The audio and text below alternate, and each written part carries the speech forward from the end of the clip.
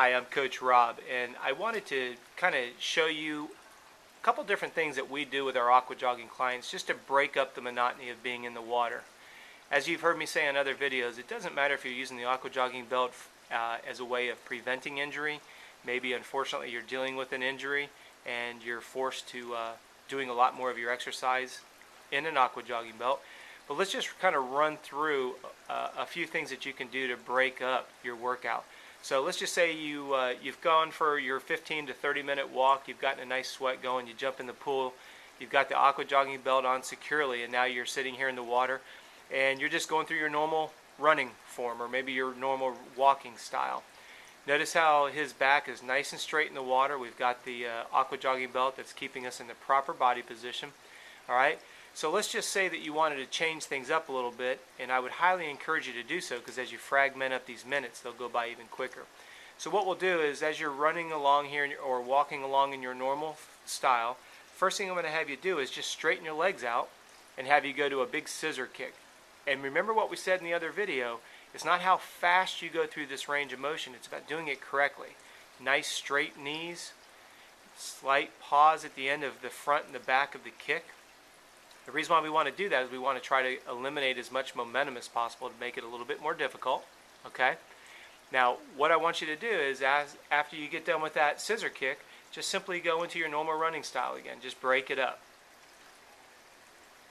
Alright? Allows you to get some of the tension out of those attachments, get some of the pressure off your core and your hip flexors, small of your back. Then what we'll do is we'll just go right into what we call the high knee drill. And this is where you're going to kind of act like you're running or walking very quickly. Okay, you just kind of going, there you go, just kind of going as if you're just tooling down the road, maybe just doing an acceleration on the road for you runners who are watching this. Okay, and believe it or not, just that slight little change of the angle adds a different level of stress to the different tissue. Abdominals, both the rectus abdominis and the external obliques, which is the front and the side of the abdominal core group, hip flexors, quadriceps, hamstrings, gastrocs, all of those. Those would be your quads, your hamstrings, and your calf muscles. Okay? And then what you'll do is just go back to your normal running style and just relax. And you can tell by the time that's elapsed on the video here, we're at 2:37 right now, and you can see how we've just broken it up by doing just different styles of running in the water. So far we've gone through scissors and high knees. Now at this point, what we can do if you want to go into some of your abdominal and your core work, we'll just go into a seated V position. Alright? And remember, it's not how fast you get into the position. Notice he'll bring his toes just a little bit above the water line. And if you watch some of our other videos, remember what we talked about. In this position, you're working your deltoids, which is the back of your shoulders. You're working your abdominal group, and you're working your top of your thighs, your hip flexors, where your quadriceps come into your hips. Now what you do is just relax. Just let it go to its normal drop down position. You can go back to jogging just a little bit. Now I'm trying to give you the abbreviated version of this so you don't watch an extremely long video, but I want you to see how you can fragment one workout. Now let's just say you wanted to go back into an abdominal workout. You can bring your knees back up to 90 degrees and do an abdominal twist where you're going to be bringing the knees from the left to the right. This is a really tough workout in regards to your external obliques. They sit on the outside of your rib cage, right above your hip bones there. Some people call them love handles. Love handles are like any other muscle. If you stimulate them with a lot of load, they're going to grow. If you want to tone them up, they're like any other muscle. Subject them to load and they will tone up. They will become more defined. Now what we'll do is just go back to a relaxed position, go back to running just like we were doing before.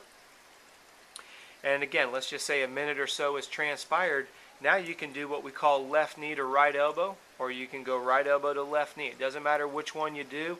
We're just coming across. And the goal here is notice how hard he's bringing his left leg up to his right elbow. Okay?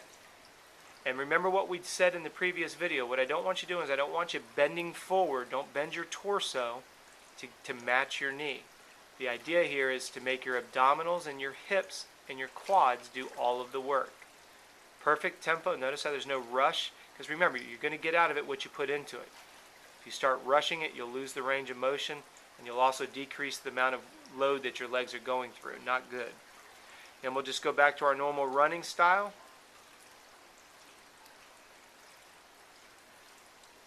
Then what we'll do on the next one here is we'll just drop both legs down, and we're just going to bring the legs up to 90 degrees.